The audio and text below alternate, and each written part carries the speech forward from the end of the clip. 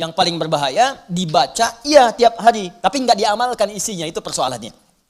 Berbahayanya bukan berbahaya dalam persoalan nggak dapat pahala, bukan. Sayang saja dibacakan tiap hari 17 kali, tapi tidak mendapatkan isinya. Kayak orang bekerja tapi nggak dapat gaji. Kerja tiap hari tapi akhir bulan nggak gajian gitu. Ya, Allah perintahkan kita untuk membacakannya 17 kali dalam sehari dan menjanjikan pada kita semua jenis kemudahan dan kebaikan dalam hidup. Kita bacakan cuman nggak dapat, itu masalahnya. Nah, persoalannya kenapa orang tidak mendapatinya?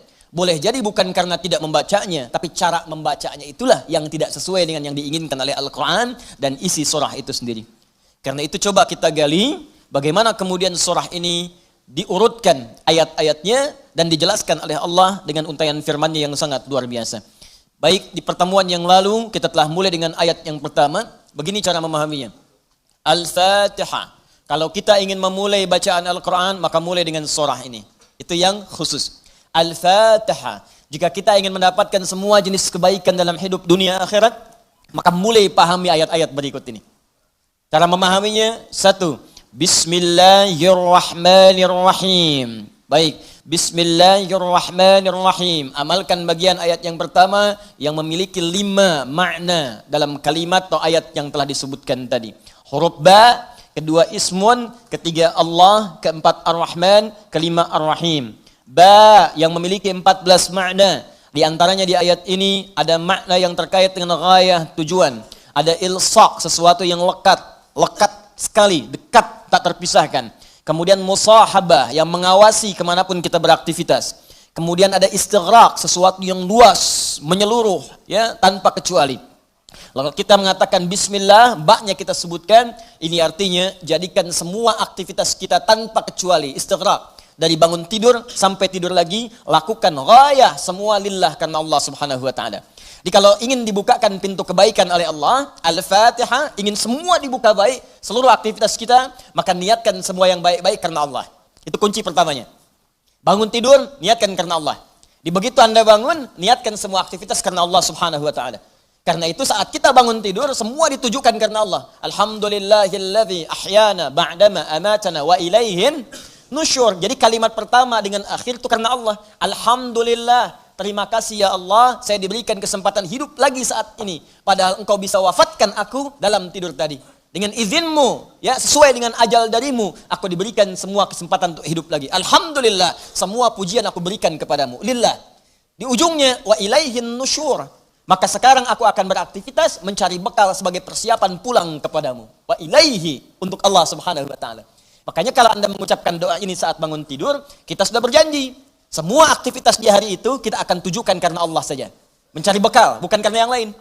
Jadi kalau Anda ucapkan doa tadi, berarti nanti makannya karena Allah, minumnya karena Allah, bekerjanya karena Allah, salatnya karena Allah, infaknya karena Allah, merawat anak karena Allah, semua karena Allah. Ghayah. Awas, hati-hati ya, hati-hati. Maka dampaknya orang yang semua aktivitasnya dilakukan karena Allah Subhanahu wa taala, maka fungsi ba yang ketiga. Satu tadi ghayah, kedua istighraq, yang ketiga ilsaq dan musahabah. Lekat dan diawasi oleh Allah. Kalau dulu kita contohkan orang yang meniatkan semua aktivitas karena Allah, maka yang kedua rumusnya rasakan seakan-akan aktivitas itu diawasi oleh Allah Subhanahu wa taala dengan pengawasan yang lekat seperti lem yang menempel, yang menyatukan dua sisi. Ya, mau minum, rasakan diawasi oleh Allah. Bismillah, minum, lakukan karena Allah. Maka mohon maaf, ketika minum Anda dikerjakan karena Allah dan merasa diawasi oleh Allah, ini kuncinya. Awas, ini kuncinya. Karena ada orang yang melakukan sesuatu karena Allah, tapi nggak merasa dilihat. Nggak merasa diawasi. Ini saya tanya pada Anda, maaf ya, tadi saat sholat itu, sholatnya karena Allah bukan? Jawab aja, karena Allah bukan? Nah, karena Allah. Baik, kalau sesuatu dikerjakan karena Allah, maka rumus keduanya, rasakan Allah mengawasi kita. Pertanyaan saya yang kedua, saat Anda sholat tadi, saya sholat, kita sholat, merasa nggak diawasi Allah? Merasa nggak dilihat Allah? Karena beda antara orang yang merasa diawasi dengan yang hanya mengerjakan saja, itu lain. Akan beda, silahkan Anda bekerja, merasa diawasi, Anda akan serius dalam pekerjaan Anda. Mahasiswa yang sedang ujian, merasa diawasi, itu akan fokus kepada soal. Susah mau noleh kanan, khawatir, ada CCTV. Mau noleh kiri juga khawatir karena terawasi. Dia akan fokus. Makanya orang sholat itu kalau benar-benar sholatnya merasa diawasi, dia fokus, gak akan nengok kanan kiri. Gak ada istilahnya ketika takbir Allahu Akbar. Tangannya gak sedekap nih. Tahiyatnya kok gerak-gerak ya. Atau bahkan saat sholat mikirkan yang lain. Allahu Akbar. Tender ya Allah, tender. Allahu Akbar. WhatsApp belum dibalas. Allahu Akbar. Status belum diupdate. Jadi kalau kita benar-benar merasakan diawasi Allah, bahkan kita pun akan belajar bagaimana cara membacakan bacaan dalam sholat supaya benar. Karena malu gitu. Malu baca Al-Fatihah, bacaan belum bagus. Dan merasa didengar Allah, kan malu.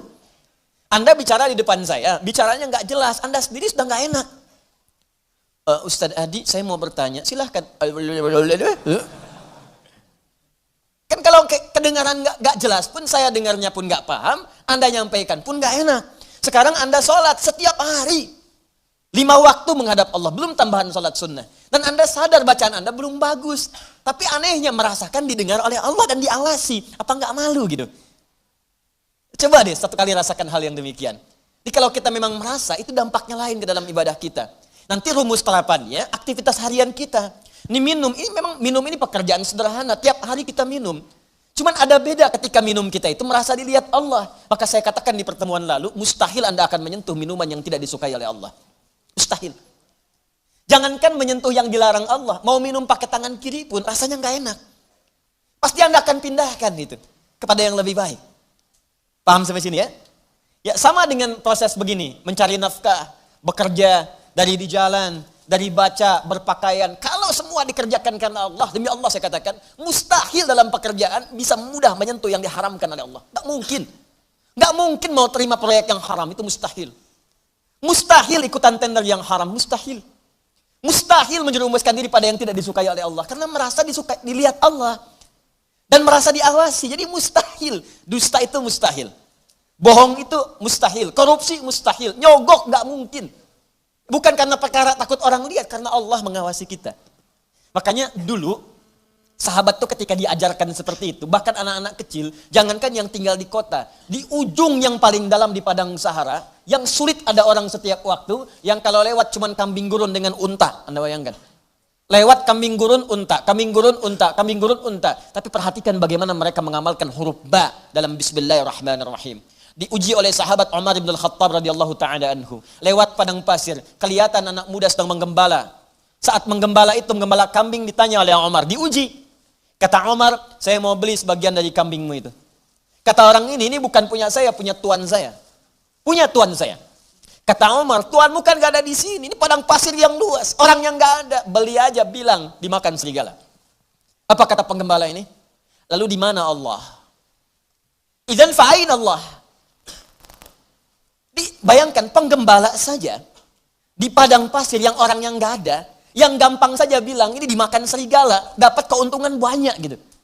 Ya, luar biasa. Yang dia katakan pertama kali bukan sekedar menolak, nggak mau takut ketahuan sama tuan, takut ketahuan sama pemiliknya, takutnya tidak. Pertama kali jawaban yang keluar, idzan aina Allah. Lalu Allah di mana? Allah di mana?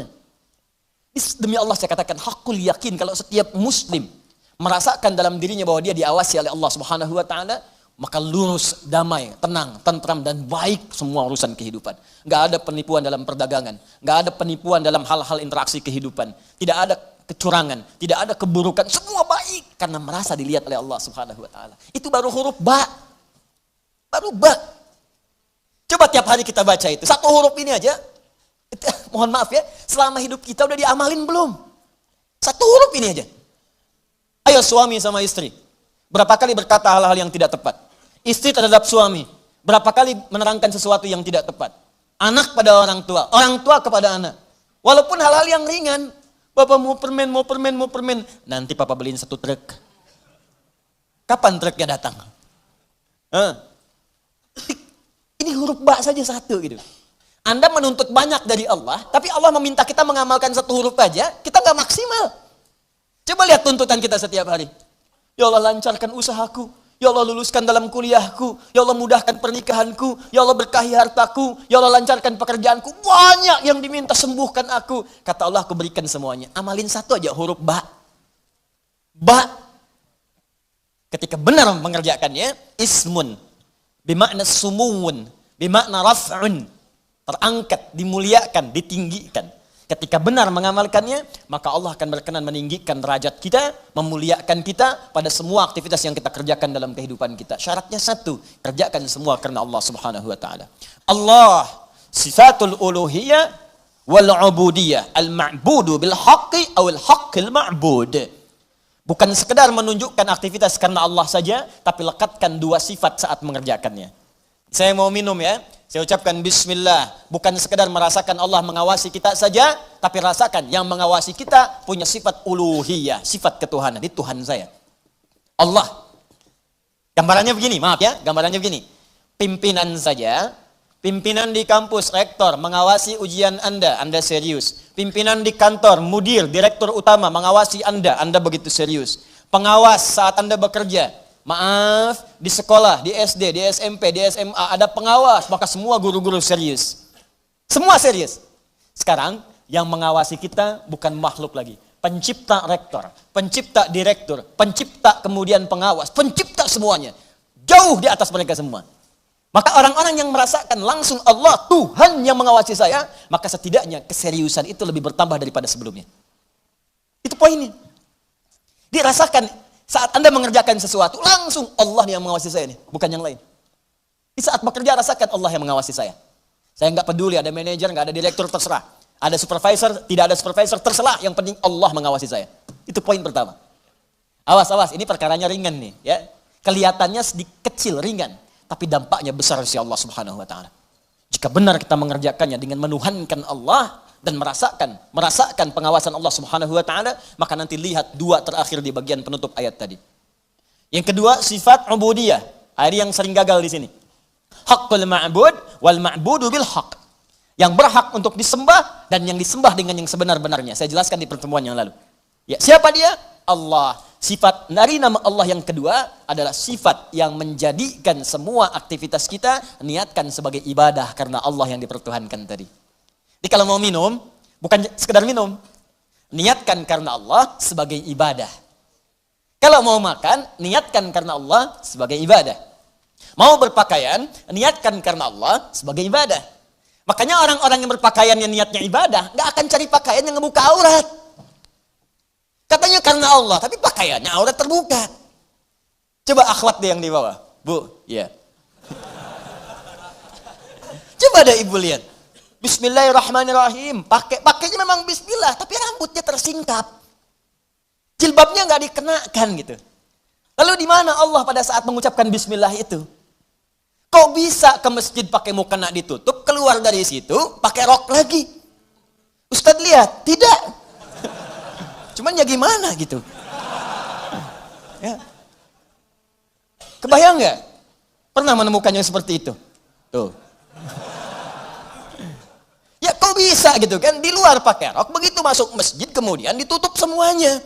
Kenapa Pak? Ibu kenapa ditutup? Mau sholat Pak? Terus kalau sholat ditutup? Iya. Kenapa? Kan menghadap Allah. Lalu Allah itu cuma ada di masjid. Allah cuma ada di musola. Idzan fa'in Allah. Sholat itu kan melatih kita untuk merasa dekat dengan Allah. Makanya disebut sholat. Coba lihat sini. Fokus. Kelihatan nggak? Enggak. Nih, sholat. As-salah. Begini. Lihat baik-baik ya. Fokus. Dikit saya terangkan agak panjang. Ini asal katanya. Kalau kita gali ke dasar-dasar yang paling awalnya. Ini nanti dari kata silatun, as-silah. Kata kerjanya dari wasala, yasilu, silatan, wasalatan. Sesuatu yang tersambung erat, sulit dipisahkan. Silah, sesuatu yang tersambung erat, sulit dipisahkan. Pernah dengar kata ini? Silaturahim? Ya, kami kumpul-kumpul saat ini untuk mengeratkan silaturahim. Silah itu sudah erat. Ya. Silaturahim hubungan kasih sayang yang erat. Saking eratnya, jangankan saat kumpul, saat bubar pun masih tersambung hubungan itu. Di mana cirinya? Maaf, kesuksesan silaturahim itu bukan saat kumpul saling sapa, bukan. Kalau kumpul menyapa, wajar orangnya ada. Kalau kumpul tertawa, wajar orangnya pun ada. Silaturahim itu kalau ingin dilihat suksesnya saat pulang. Apakah dia masih mendoakan Anda? Apakah masih mengingatkan Anda dalam kebaikan? Akhi, besok taklim ya. Akhi, malam tahajud ya. Kemudian Anda doakan tanpa sepengetahuan dia. Ya Allah, sayangi sahabat saya. Ya Allah, kekalkan hubungan kami sampai dengan ke surga. Ya Allah, jaga keluarga dia dalam kebaikan. Ya Allah, sehatkan semua anggota keluarganya. Ya Allah, jadikan kami bersaudara keluarga kami dengan keluarga dia. Itulah silaturahim, silah, hubungan yang erat, yang tak terputuskan dan tidak tersekat oleh tempat dan keadaan serta waktu. Itu silah. Nah, kalau kita ingin menjadikan latihan supaya kita terhubung dengan Allah, kapanpun, dimanapun, tanpa disekat oleh tempat dan waktu, maka latihannya untuk mendekat kepada Allah disebut dengan sholat namanya. Di sholat ini cara kita terhubung dengan Allah. Supaya saat terhubung itu, bukan cuma di masjid, nggak ada sekat tempat dimanapun tersambung dengan Allah.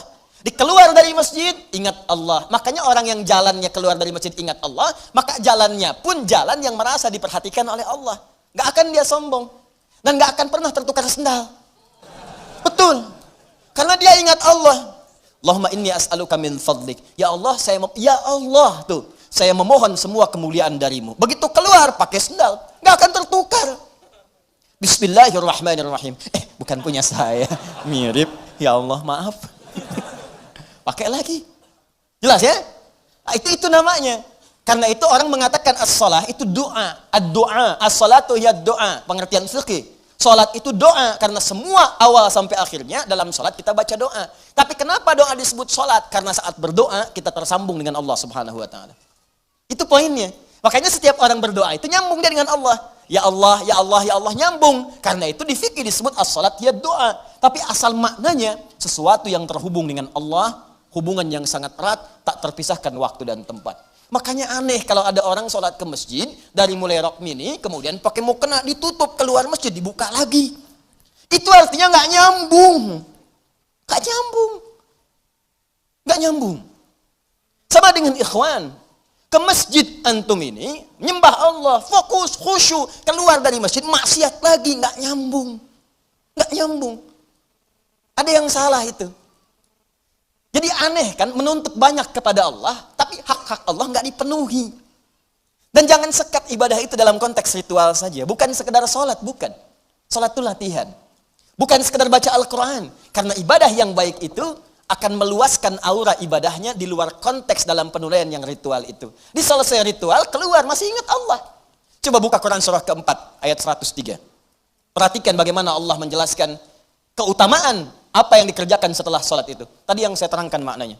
فَإِذَا قَضَيْتُمُ الصَّلَاةَ Maka jika engkau telah selesai mengerjakan sholat, فَذْكُرُ اللَّهِ Maka sholat yang benar itu saat dikerjakan akan mengingatkan engkau dengan Allah. Maka ingatlah Allah. Qiyaman saat berdiri. Jadi kalau orang benar sholatnya, selesai sholat berdiri, yang diingatnya Allah. Wa qu'udan, duduk.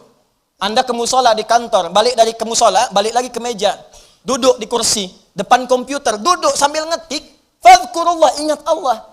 Bukan sekedar subhanallah, subhanallah, subhanallah. Sambil ngerjain proyek, astagfirullah, astagfirullah, astagfirullah. Dicek oleh supervisor, di komputernya astagfirullah semua. Bukan itu. Bukan itu maksudnya. Maksudnya ketika Anda kerjakan itu, Anda ingat Allah, maka nggak ada nol yang bertambah. Tidak ada angka yang berubah, sesuai semuanya. Kenapa? Karena merasa diawasi oleh Allah subhanahu wa ta'ala.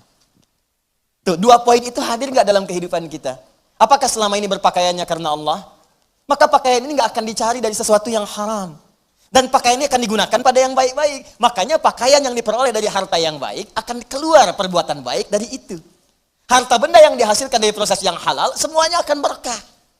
Coba lihat tuh, saya kan sering katakan, itu sendal Anda berapa kali dipakai ibadah? Berapa kali dipakai untuk ke masjid? Sepeda Anda, motor Anda, mobil Anda. Di rumah ada nggak satu ruangan yang belum pernah dipakai ibadah? Ada nggak? Coba cek, cari ya satu ruangan di rumah yang di situ nggak pernah dipakai ibadah. Cari. Mulai sekarang pulang pakai dulu di situ. Khawatirnya saat dihisab itu nggak ada nilainya. Cuma jadi gudang. Jadi gudang. Masya Allah. Koper ditaruh di situ. Kopernya pernah umrah tapi nggak pernah dipakai ibadah di situ.